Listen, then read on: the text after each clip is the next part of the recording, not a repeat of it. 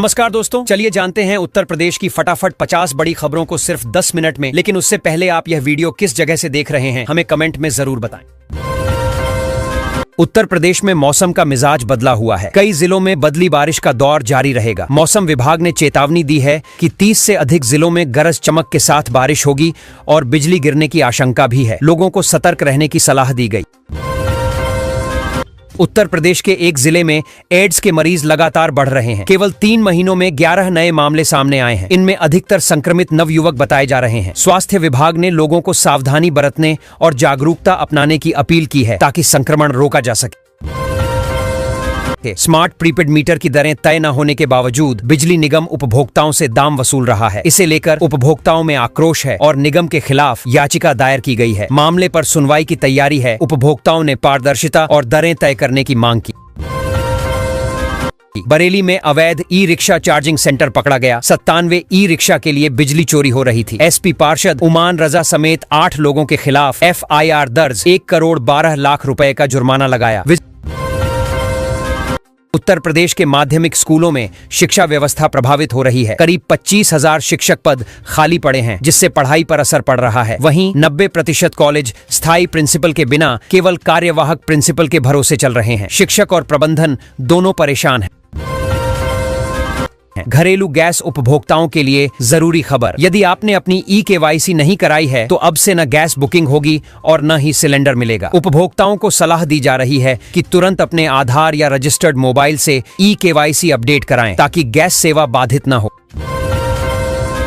सीतापुर में भ्रष्टाचार का मामला सामने आया है। एक दारोगा ने मुकदमा खत्म करने के लिए 10,000 रुपए की रिश्वत मांगी। शिकायत पर कार्रवाई करते हुए पुलिस टीम ने उसे रंगे हाथ गिरफ्तार कर लिया। मामले की जांच शुरू कर दी गई है और आगे की कार्रवाई जारी है। सपा सांसद जियाउर रहमान बर्क की तुलना रावण से करने के बाद राजनीतिक विवाद बढ़ गया है। इस पर भाजपा नेता प्रमोद कृष्णम ने प्रतिक्रिया देते हुए कहा कि उत्तर प्रदेश के मुख्यमंत्री योगी आदित्यनाथ अर्जुन हैं। राजनीतिक बयानबाजी के चलते सियासी माहौल गरमाया हुआ है। गाजियाबाद में पानी की परेशानी बढ़ने वाली है। कल से गंगा जल की सप्लाई बंद रहेगी और नागरिकों को पानी सिर्फ एक ही समय पर मिलेगा। जल आपूर्ति में यह बदलाव लोगों के लिए असुविधाजनक साबित हो सकता है, इसलिए समय पर पानी भरने की तैयारी करनी होगी। उत्तर प्रदेश में सरकार का फेमस बुलडोजर एक्शन फिर सक्रिय हुआ। आई लव मोहम्मद विवादित पोस्टर मामले में प्रशासन ने बड़ी कार्रवाई की। अधिकारियों ने तुरंत कदम उठाते हुए पोस्टर हटवाया और संबंधित पक्ष के खिलाफ कार्रवाई की। इस कदम से कानून के पालन का संदेश मजबूत हुआ। 36 साल तक सरकारी नौकरी करने के बाद एक कर्मचारी को बर्खास्त कर दिया गया। कारण जानकर लोग हैरान रह गए। वह लगातार नियमों का उल्लंघन करता रहा, जिसके बावजूद उसे लंबे समय तक सैलरी मिलती रही। अब विभाग ने कठोर कार्रवाई कर सभी के लिए उदाहरण कायम किया है। उत्तर प्रदेश में आज से रजिस्टर्ड डाक सेवा बंद कर दी गई है। अब लोग दस्तावेज या पार्सल भेजने के लिए केवल स्पीड पोस्ट का विकल्प इस्तेमाल कर सकेंगे। यह बदलाव डाक विभाग की नई व्यवस्था के तहत किया गया है, जिससे सेवा और ट्रैकिंग में सुधार होगा। गोरखपुर में विजयादशमी के मौके पर धूमधाम से शोभा यात्रा निकाली जाएगी। शहर में आकर्षक सजावट और भव्य आयोजन की तैयारी पूरी कर ली गई है। साथ ही दुर्गा और रावण के विसर्जन के लिए भी सभी व्यवस्थाएं पूरी कर दी गई हैं, ताकि पर्व शांतिपूर्ण तरीके से संपन्न हो।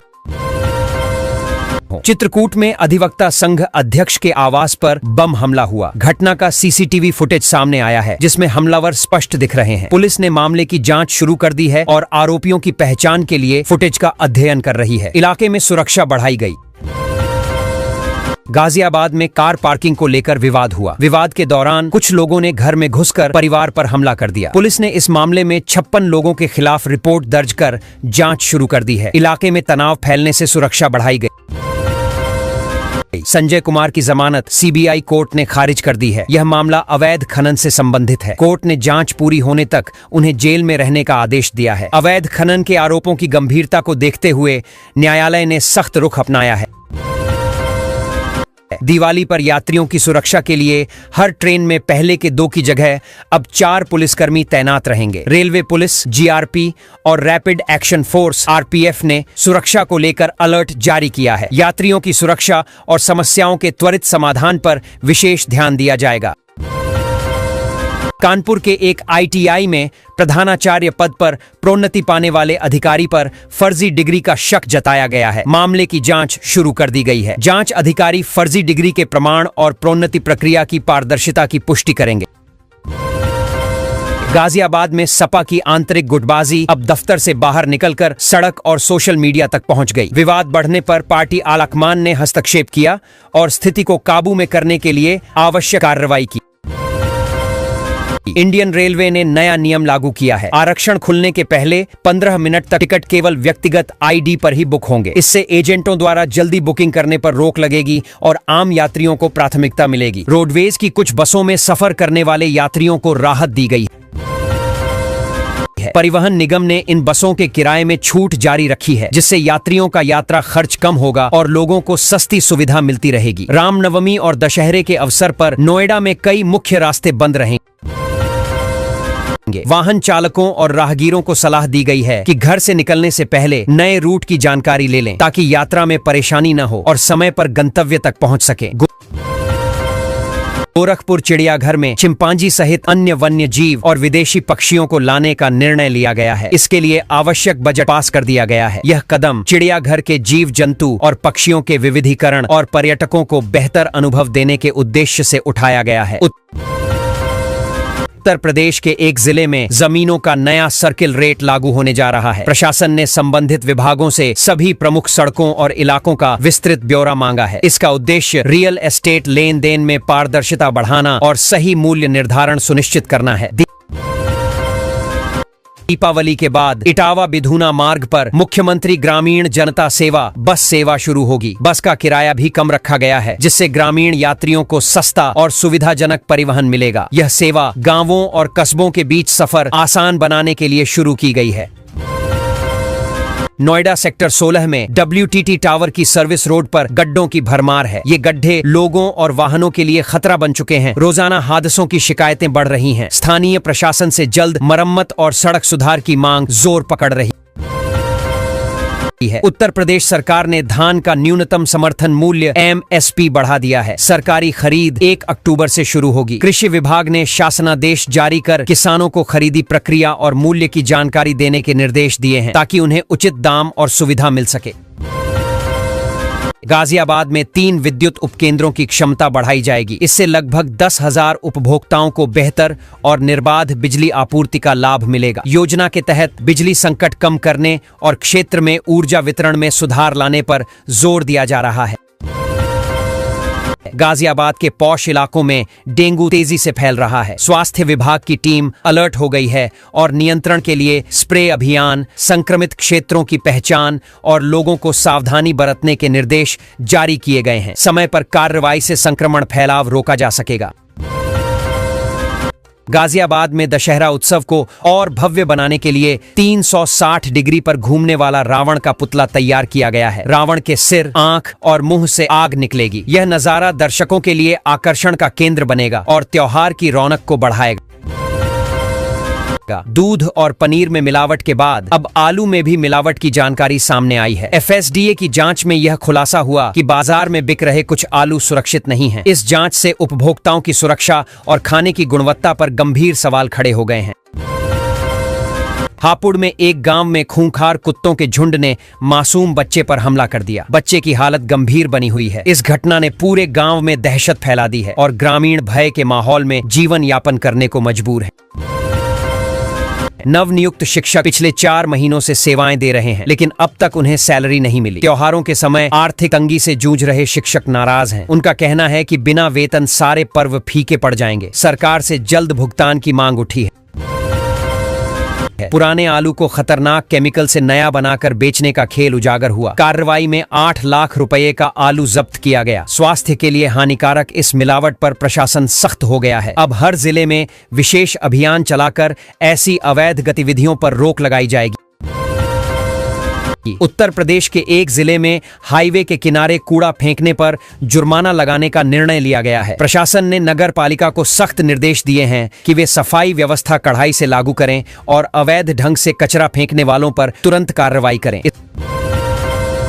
इसका उद्देश्य स्वच्छता बनाए रखना और पर्यावरण संरक्षण को बढ़ावा देना है। बरेली प्रशासन ने उपद्रव फैलाने वालों के ठिकानों पर बुलडोजर चलाने की तैयारियां कर दी हैं। बीडीए संबंधित स्थानों की पहचान, निकासी और अवैधानिक निर्माण हटाने में मदद करेगा।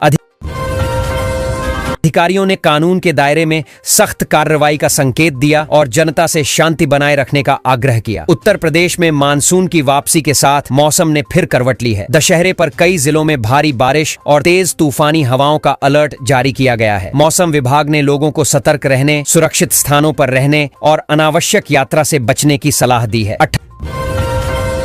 18 अक्टूबर को प्रदेश भर के राज्य कर्मचारी सड़क पर उतरकर प्रदर्शन करेंगे। उनकी नाराजगी वेतन विसंगतियों, पदोन्नति में देरी और नई भर्तियों की धीमी प्रक्रिया को लेकर है। कर्मचारी संगठनों ने सीएम से लंबित मांगों के समाधान की अपील की है और चेतावनी दी है कि आंदोलन तेज हो सकता है। यूपी परिवहन विभाग ने बड़ा फैसला लिया है। मनचाहा और वीआईपी नंबर न मिलने पर 4000 वाहन मालिकों को अब रिफंड दिया जाएगा। विभाग ने सूची जारी कर दी है और राशि ऑनलाइन वापस की जाएगी। इससे वाहन मालिकों को आर्थिक राहत और पारदर्शिता सुनिश्चित होगी। यूपी में जीएसटी की घटी दरों का लाभ जनता तक पहुंचे, इसके लिए 2500 से ज्यादा अफसर मैदान में उतरे हैं। ये अफसर बाजारों में जाकर कीमतों की जांच कर रहे हैं और नियमों का पालन न करने वाले व्यापारियों पर कार्रवाई कर रहे हैं। अभियान राज्य भर में जारी है। योगी सरकार ने यूपी में बड़ा कदम उठाते हुए आदेश दिया कि अब एफआईआर, गिरफ्तारी मेमो, मेडिकल रिपोर्ट और वाहनों के कागजों में किसी की जाति का उल्लेख नहीं होगा। यह फैसला जातिगत भेदभाव रोकने और प्रशासनिक कार्यों को पारदर्शी व निष्पक्ष बनाने के लिए लिया गया है। चुनाव आयोग ने आजाद समाज पार्टी समेत 127 राजनीतिक दलों को नोटिस जारी किया है। आरोप है कि इन दलों ने चुनाव के बाद खर्च का हिसाब नहीं दिया। आयोग ने निर्धारित समय में जवाब मांगा है, वरना दलों की मान्यता रद्द करने की कार्रवाई की जा सकती है। यूपी सरकार ने बड़ा फैसला लेते हुए घोषणा की है कि इंटर पास युवाओं को होमगार्ड बनने का मौका मिलेगा। प्रदेश में 44,000 पदों पर भर्ती होगी। चयन प्रक्रिया में पुलिस की तरह ही फिजिकल टेस्ट होगा। इससे युवाओं को रोजगार और सुरक्षा बल को मजबूती मिलेगी। सपा सांसद जियाउर रहमान बर्क की तुलना रावण से करने के बाद राजनीतिक विवाद बढ़ गया है। इस पर भाजपा नेता प्रमोद कृष्णम ने प्रतिक्रिया देते हुए कहा कि उत्तर प्रदेश के मुख्यमंत्री योगी आदित्यनाथ अर्जुन हैं। राजनीतिक बयानबाजी के चलते सियासी माहौल गरमाया हुआ है। गाजियाबाद में पानी की परेशानी बढ़ने वाली है। कल से गंगा जल की सप्लाई बंद रहेगी और नागरिकों को पानी सिर्फ एक ही समय पर मिलेगा। जल आपूर्ति में यह बदलाव लोगों के लिए असुविधाजनक साबित हो सकता है, इसलिए समय पर पानी भरने की तैयारी करनी होगी। उत्तर प्रदेश में सरकार का फेमस बुलडोजर एक्शन फिर सक्रिय हुआ। आई लव मोहम्मद विवादित पोस्टर मामले में प्रशासन ने बड़ी कार्रवाई की। अधिकारियों ने तुरंत कदम उठाते हुए पोस्टर हटवाया और संबंधित पक्ष के खिलाफ कार्रवाई की। इस कदम से कानून के पालन का संदेश मजबूत हुआ। 36 साल तक सरकारी नौकरी करने के बाद एक कर्मचारी को बर्खास्त कर दिया गया। कारण जानकर लोग हैरान रह गए। वह लगातार नियमों का उल्लंघन करता रहा, जिसके बावजूद उसे लंबे समय तक सैलरी मिलती रही। अब विभाग ने कठोर कार्रवाई कर सभी के लिए उदाहरण कायम किया है। उत्तर प्रदेश में आज से रजिस्टर्ड डाक सेवा बंद कर दी गई है। अब लोग दस्तावेज या पार्सल भेजने के लिए केवल स्पीड पोस्ट का विकल्प इस्तेमाल कर सकेंगे। यह बदलाव डाक विभाग की नई व्यवस्था के तहत किया गया है, जिससे सेवा और ट्रैकिंग में सुधार होगा। गोरखपुर में विजयादशमी के मौके पर धूमधाम से शोभा यात्रा निकाली जाएगी। शहर में आकर्षक सजावट और भव्य आयोजन की तैयारी पूरी कर ली गई है। साथ ही दुर्गा और रावण के विसर्जन के लिए भी सभी व्यवस्थाएं पूरी कर दी गई हैं, ताकि पर्व शांतिपूर्ण तरीके से संपन्न हो। चित्रकूट में अधिवक्ता संघ अध्यक्ष के आवास पर बम हमला हुआ। घटना का सीसीटीवी फुटेज सामने आया है, जिसमें हमलावर स्पष्ट दिख रहे हैं। पुलिस ने मामले की जांच शुरू कर दी है और आरोपियों की पहचान के लिए फुटेज का अध्ययन कर रही है। इलाके में सुरक्षा बढ़ाई गई। गाजियाबाद में कार पार्किंग को लेकर विवाद हुआ। विवाद के दौरान कुछ लोगों ने घर में घुसकर परिवार पर हमला कर दिया। पुलिस ने इस मामले में 56 लोगों के खिलाफ रिपोर्ट दर्ज कर जांच शुरू कर दी है। इलाके में तनाव फैलने से सुरक्षा बढ़ाई गई। संजय कुमार की जमानत सीबीआई कोर्ट ने खारिज कर दी है। यह मामला अवैध खनन से संबंधित है। कोर्ट ने जांच पूरी होने तक उन्हें जेल में रहने का आदेश दिया है। अवैध खनन के आरोपों की गंभीरता को देखते हुए न्यायालय ने सख्त रुख अपनाया है। दिवाली पर यात्रियों की सुरक्षा के लिए हर ट्रेन में पहले के 2 की जगह अब 4 पुलिसकर्मी तैनात रहेंगे। रेलवे पुलिस, जीआरपी और रैपिड एक्शन फोर्स आरपीएफ ने सुरक्षा को लेकर अलर्ट जारी किया है। यात्रियों की सुरक्षा और समस्याओं के त्वरित समाधान पर विशेष ध्यान दिया जाएगा।